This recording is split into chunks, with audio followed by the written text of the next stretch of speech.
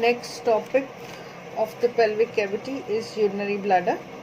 To understand the urinary bladder, first of all, revise the regions of the abdomen. There are 9 regions of the abdomen. This is right lateral plane, left lateral plane. This one is the transpyloric plane. This is transtubercular plane. These planes, 4 planes divided into 9 regions. These upper 3 regions on both the sides, this one and this one, they are right and left hypochondriac region. This is the epigastric region. These on both the sides in the middle, these two are the lumbar regions. These two are lumbar regions, and this is the umbilical region. And below on both the sides, these are iliac fossa or the iliac region, and in the center is the hypogastric region. So these are the 9 regions of the abdomen, and the position of the different viscera of the abdomen is explained with respect to the 9 regions of the abdomen. Now the different contents of the different region. In the right hypochondriac region, there is liver, then is the gallbladder, then right kidney and the small intestine.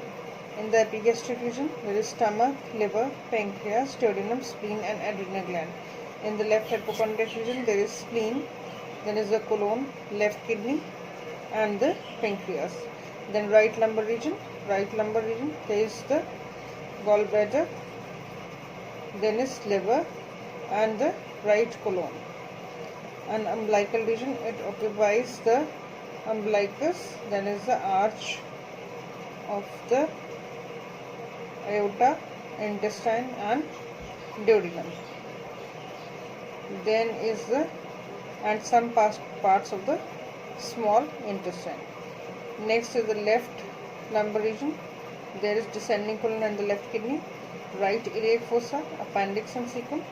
Hypogastric region. This hypogastric region, here lies urinary bladder, sigmoid colon, then female reproductive organs. So this region is the pelvic cavity. Next is the left iliac region. It is occupied by the descending colon and the sigmoid colon. So this is the location of the urinary bladder. It lies in the hypogastric region, and it is the content of the true pelvis, anterior most content of the true pelvis.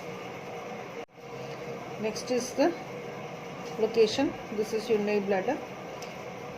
It is present in the hypogastric region of the abdomen, and it lies in the true pelvis. It is the most anterior content of the true pelvis. It lies just behind the pubis symphysis. These yellow are the ureter. This ureter, they bring the urine which is formed in the kidneys and transmit it to the urinary bladder through the ureters. These are the ureters. Then this structure is the male urethra. This is the male urethra. This is prostate gland. This small is the prostate gland. This is urinary bladder. Below the urinary bladder lies the prostate gland, and this is the male urethra. Male urethra is a long structure and it traverses through the penis. So male urethra, it is the common opening. It is the common opening for urination and ejaculation, that is expulsion of the semen, and its length is about 18 to 20 centimeters long. This is the male urethra. Now see in this picture, these are the kidneys, these are ureters. Kidneys, they filter the blood, and the urine formed is discarded through the ureters, and it is transmitted to the passed to the urinary bladder. This is urinary bladder, present in the hypogastric region of the abdomen, and it is the content of the true pelvis. And this is urethra. This one is urethra. So it's a female bladder. Directly to the female bladder is attached the urethra. It's very small. This urethra is very small as compared to the male urethra, because male urethra has to do the dual function of ejaculation and passage of the urine, and in females the urethra has only one function, that is passing of the urine, and the length of female urethra is shorter, male urethra is longer. Male urethra, it traverses through the penis. Next are the features of urinary bladder. Urinary bladder, it is a muscular organ. As it is seen, it's a muscular bag-like, sac-like structure, which is the reservoir of the urine. It lies in the anterior part of the pelvic cavity, just behind the pubic symphysis and the detrusor muscles. The muscles inside the bladder, they are called the detrusor muscles, and they are arranged in the form of the rolls and spirals, that circles, and it is adapted for massive contraction rather than the peristaltic movement. So the detrusor muscles, they are responsible for the contraction rather than the peristaltic movement. Next is the size, shape and position of the bladder. The bladder varies in its shape, size and position according to the amount of urine contained in it. When the bladder, it is empty, when there is no urine in the bladder, it lies within the pelvic cavity. It is lying within the pelvic cavity, just behind the pubic symphysis. But when it is filled up, when urine is filled into the urinary bladder, then this urinary bladder goes above the pelvic inlet into the abdominal cavity and reaches up to the level of the umbilicus, or sometimes higher. Next are the external features of the urinary bladder. An empty bladder, it is tetrahedral in shape and has apex that is directed forward. This is the apex. It is tetrahedral in shape when it is empty. The apex, it is directed forwards. Base or the fundus, this is base, it's also called the fundus, it is directed backwards. Neck, this is the neck, which is the lowest part and the most fixed part of the bladder, and it has three surfaces. One is the superior surface, this is the lateral diagram, so this is the right lateral, and on the other side is the left lateral surface. So it has three surfaces. This is the superior surface, right lateral, and on the other side is the left lateral surface. Then it has four borders. There are the two lateral borders. There are two lateral borders, one anterior and this is one anterior, one posterior, and on the sides are the two lateral borders. This is the shape of the empty bladder. So empty bladder, it is tetrahedral in shape, having the apex directed forward, base is directed backward, it's also called the fundus. Then it has neck, this is the fixed part, that is called the neck. It has three surfaces, superior surface, this is the right lateral surface, and on the other side is the left lateral surface. Then is the four borders, this is the anterior border, this is the posterior border, and here are the lateral borders. Here one on this side and one on the other side of the lateral borders.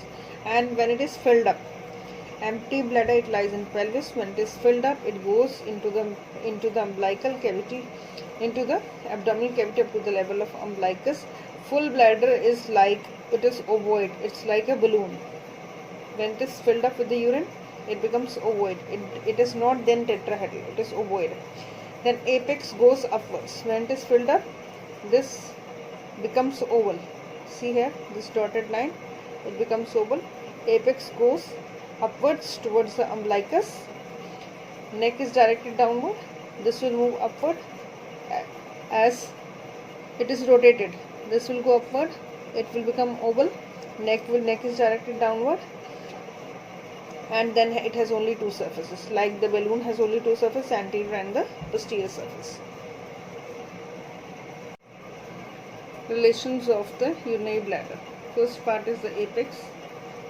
When the bladder is filled, it rotates, it becomes oval, and the apex moves upward. It goes through the pelvic inlet, it moves upward into the pelvic cavity, and it is connected to the umbilicus by the median umbilical ligament, which represents the obliterated embryonic urethra. Then is the base. Base is the posterior part of the bladder. In females, it is led to the uterine cervix and the uterine vagina. See here, this is the pelvic cavity, this structure is uterus, this is the body of the uterus, this is the urinary bladder. See here, urinary bladder is not in contact with the body, it is in contact posteriorly with the cervix and the vagina. So the base posterior part of the bladder, it is led to the uterine cervix and the vagina. As I have earlier told you, the contents of the pelvis. In males there is urinary bladder in front, and behind is the rectum, and in between the urinary bladder and the rectum there are the male genital organs. So it is related to the male genital organs and the rectum. The relation of the base is that it is related to the rectum and the male genital organs. In males, see here, this is the posterior part of the bladder. This is the posterior part of the bladder. Behind the posterior part of the bladder, these structures are the male genital organs, and behind this is the rectum. So in the upper part of the base is separated from the rectum by the rectovesicular pouch. By the pouch that is called the rectovesicular pouch, and the coils of the small intestine.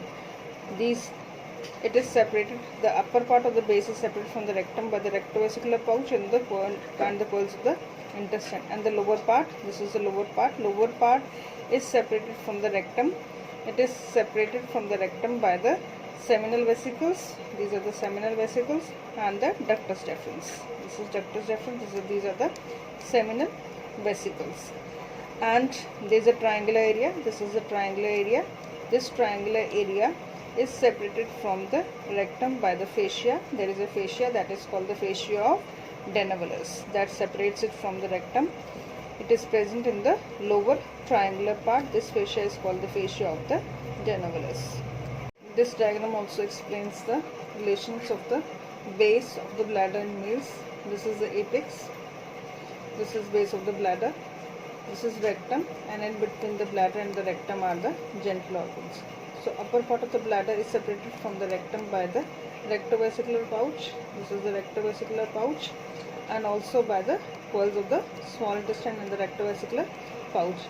And the base of the bladder is separated inferiorly at the lower part from the rectum by the seminal vesicles, ductus deferens, and fascia. Here is the fascia, triangular fascia, that is called the fascia of the Dennevalus. Next is the neck. This is the neck. It is the lowest and the most fixed part of the bladder. It lies 3 to 4 centimeters behind the lower part of pubic symphysis. Here is the pubic symphysis. This lies 3 to 4 centimeters below the pubic symphysis. This is pelvic cavity. This is the pubic symphysis, and this lies 3 to 4 centimeters below the pubic symphysis, a little below the plane of the pelvic outlet, and it is pierced by the internal urethral orifice. Here is the opening that is called the internal urethral orifice. And in males, the smooth muscle bundles round the bladder, neck, and the prostatic urethra. These are arranged as a distinct circular collar with their own distinct adrogenic innervation. Next, in females, the neck is related to the pelvic fascia. Directly, the neck is related to it lies near the pelvic outlet, and pelvic outlet is related to the pelvic fascia. So in females, the neck is related to the pelvic fascia, and it is surrounded by the urethra. That is the very small part. In infants, the bladder lies at the higher level, and the internal urethral orifice lies at the level of the superior border of the pubic symphysis. Otherwise, the urethral orifice lies 3 to 4 centimeters below the pubic symphysis, but in the infants it lies at the level of the superior border of the pubic symphysis. Next is the relation of the superior surface. This is the superior surface as it lies in the pelvic cavity. Above it lies the peritoneum. In males, it is completely covered by, the superior surface is completely covered by peritoneum, and it is in contact with the sigmoid colon and the coils of the terminal ileum. And in females, the peritoneum covers the large part of the superior surface except for a small area near the posterior border, which is led to the supravaginal part. Here is the uterus, so small area, it is in contact with the supravaginal part of the cervix. That area is devoid of peritoneum. At that point, peritoneum is not there, and the peritoneum from the superior surface is reflected to the isthmus of the uterus to form the vesicouterine pouch, and from here the peritoneum is reflected above to form the pouch that is called the vesico-uterine pouch, as we have done in the ligaments of the uterus. That pouch is the fold of the peritoneum which lies above the superior surface of the urinary bladder. Then it goes up to the level of the posterior part. Then it is reflected upwards and it forms a fold of peritoneum. That fold of peritoneum is called the vesico-uterine pouch. Now the inferior lateral surfaces. This is the inferior lateral surface, right, and on the other side is the left. These are devoid of peritoneum because these are in contact with the lateral part of the pubic symphysis, so there is no peritoneum. They are divided and are separated from each other anteriorly, and these two, this surface, inferior lateral surface, and on the other side is the suppose this is right inferior lateral surface, on the other side is the left, so these two are separated anteriorly by the anterior border, and they are devoid of peritoneum. Here no peritoneum is present. In males, each surface is led to pubis, the puboprostatic ligament. So on this side in males, it is led to pubis, pubic bone, lateral part of the pubic bone. Then is the puboprostatic ligament, then retropubic fat, levator ani and the obturator internus. Levator ani and obturator internus. And in females, the relations are same, except that puboprostatic ligament are replaced by the pubovesicular ligament, as puboprostatic ligament is a ligament from pubis to prostate gland. Prostate gland is present only in males, it is lacking in females. So puboprostatic ligament is replaced by the pubovesicular ligament.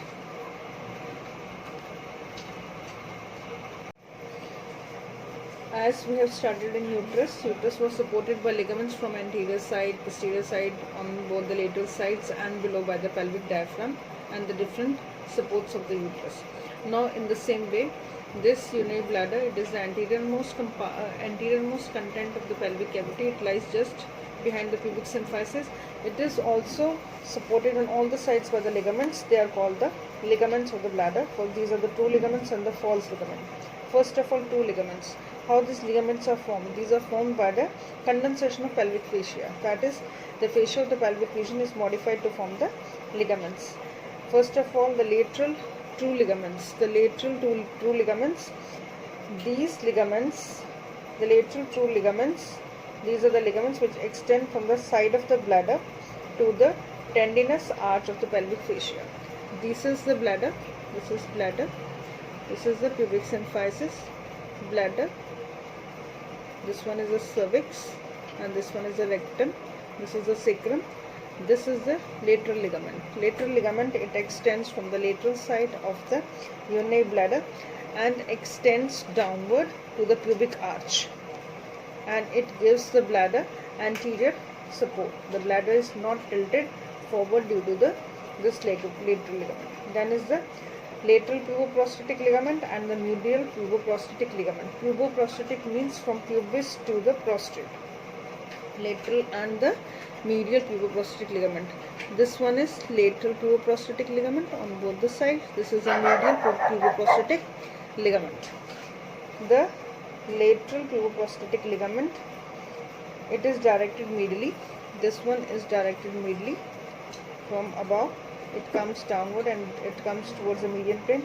It is directed medially and it extends from the tendinous arch of the pelvic fascia to the upper part of the prostatic sheath.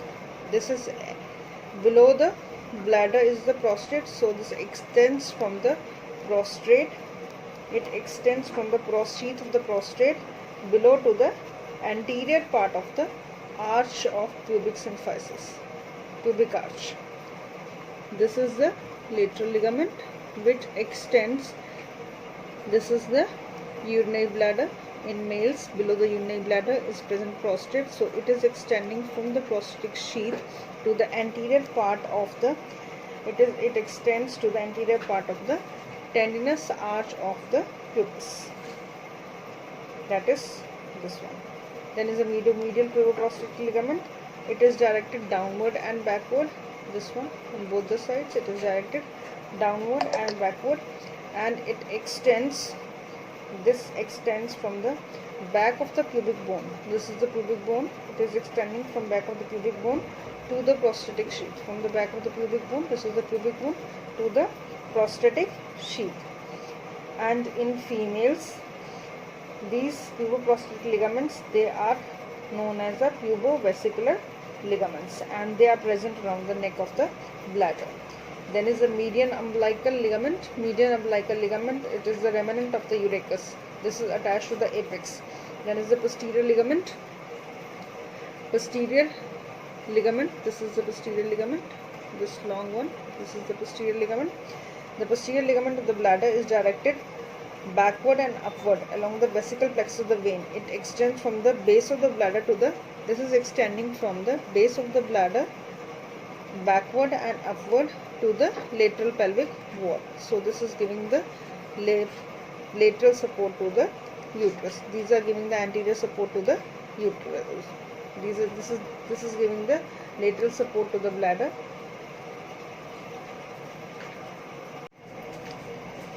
Interior of the urinary bladder. When we dissect the urinary bladder, we can see the interior of the urinary bladder. In the empty urinary bladder, this is the empty urinary bladder, the greater part of the mucosa shows irregular folds due to its attachment to the muscular folds. See, these are the irregular folds. And in a small triangular area over the lower part of the base of the bladder, the mucosa is smooth due to the firm attachment to the muscular cord. This area is known as trigone area of the bladder. See there, this one, this triangular area is called the trigone area of the bladder. And this is the mucosa of this area is smooth as compared to the outer area. This triangular area is called the trigone area of the bladder. The apex of this trigone area, it is directed downward and forward.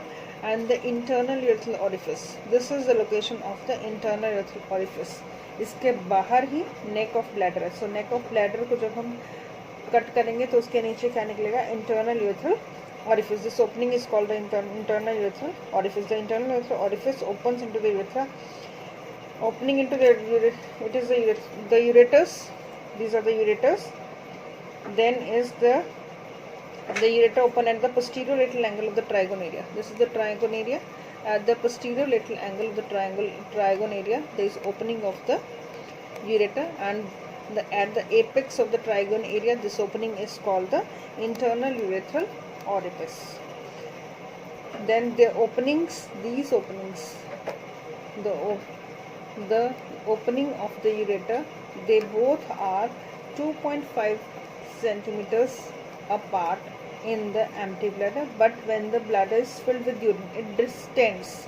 ये बड़ा हो जाएगा तो इन दोनों का distance हो जाएगा 5 centimeters. And there is a slight elevation. The slight elevation on the trigone area immediately posterior to the urethral orifice. ये urethral orifice है. इसके पीछे वाली side पे it is slightly elevated, and that elevation is due to the median lobe of the prostate gland. इसके नीचे prostate gland है, पीछे से इसको prostate gland प्रेस करेगा और यहाँ पे जो इसकी elevation होगी, that is called the uvula vesica. The base of the trigone area is formed by the interureteric ridge or bar of Mercier produced by the continuation of the inner longitudinal muscle coat of the ureter. This is the base of the trigone area. It is formed by the this is formed by interureteric ridge. This ridge is called the bar of the Mercier. Then is the capacity of the bladder. The mean capacity, इसके अंदर कितना maximum storage हो सकता है urine का. The mean capacity of the bladder in adult male is 220 ml, varying from 120 to 320 ml. Filling beyond 220 may cause desire to micturate. तो इसकी capacity कितनी है? इसमें 120 ml, that is the minimum storage, and it can go to up to the 320 ml.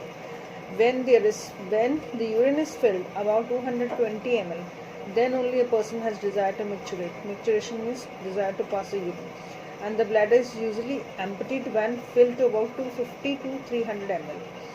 Filling up to 500 ml may be tolerated, but beyond this it may become painful. Suppose when you are in traveling and you are not able to pass, there is no proper place to evacuate the bladder to pass the urine, then you hold the urine, and you can hold up to 500 ml. But beyond that it becomes painful. Then referred pain, all of you may have experienced when you hold the urine during traveling. You can hold up to 500 ml. After that, pain starts, and pain is felt in the lower part of the anterior abdominal wall. It is felt in the perineum region, the region below the pelvis, and in the penis. Next is the blood supply of the bladder. We know that aorta, it divides below the level of L4 into the common iliac arteries. Then each of the common iliac artery, right and left common iliac artery, will divide into the internal iliac and the external iliac artery. Now the blood supply of the bladder. The main supply it is mainly supplied from the superior and the inferior vesicular arteries, which are the branches of the internal iliac artery, and internal iliac artery is the branch of the common iliac artery. Then additional supply may be derived from the obturator, inferior gluteal, and in females from the uterine and the vaginal arteries instead of the inferior vesicular. Then is the venous drainage. Venous drainage, the veins lying on the inferior surface of the bladder. There is a plexus of veins. Veins from this plexus pass backward in the posterior ligament of the bladder and drain into the internal iliac veins. So the venous drainage is into the internal iliac veins, and the arterial supplies from the internal iliac arteries. Lymphatic drainage, most of the lymph from the bladder, it is drained into the external iliac lymph nodes, and some of it is drained into the internal iliac lymph nodes and the lateral aortic lymph nodes. Then is the nerve supply. Nerve supply is both sympathetic and the parasympathetic nerve supply. Next is the nerve supply. The urinary bladder is supplied by the vesicular plexus of nerves, which is made up of the fibers derived from the inferior hypogastric plexus, and the vesical plexus contains both sympathetic and parasympathetic components, each of which contain motor or efferent and sensory or the afferent fibers. First of all, parasympathetic fibers. Parasympathetic fibers, the root value of this is S2, S3, S4. They are motor. They are supplying to the detrusor muscle. Detrusor muscles, they are the main muscles of the urinary bladder, which help the bladder in the contraction. And these nerves do not supply the pre-prostatic sphincter. If these are destroyed, normal maturation process is not possible. Sympathetic nerve fibers, root values T12 to L2, are said to be inhibitory to the detrusor muscles and motor to the pre-prostatic sphincter mechanism. Then is the somatic pudendal nerve. Pudendal nerve supplies the sphincter urethrae, which is voluntary, while root values S2, S3, S4, and is situated within the wall of the urethra. Then are the sensory nerve fibers. Pain sensations caused by distension or spasm of the bladder are carried mainly by the parasympathetic nerves and partly by the sympathetic nerves. And in the spinal cord, pain arising in the bladder passes through the lateral spinothalamic tract, and awareness of the bladder distension is mediated through the posterior column. Bilateral anterolateral chordostomy, therefore, selective abolishes pain without affecting the awareness of the bladder distension and the desire to mature. This is all about the urinary bladder.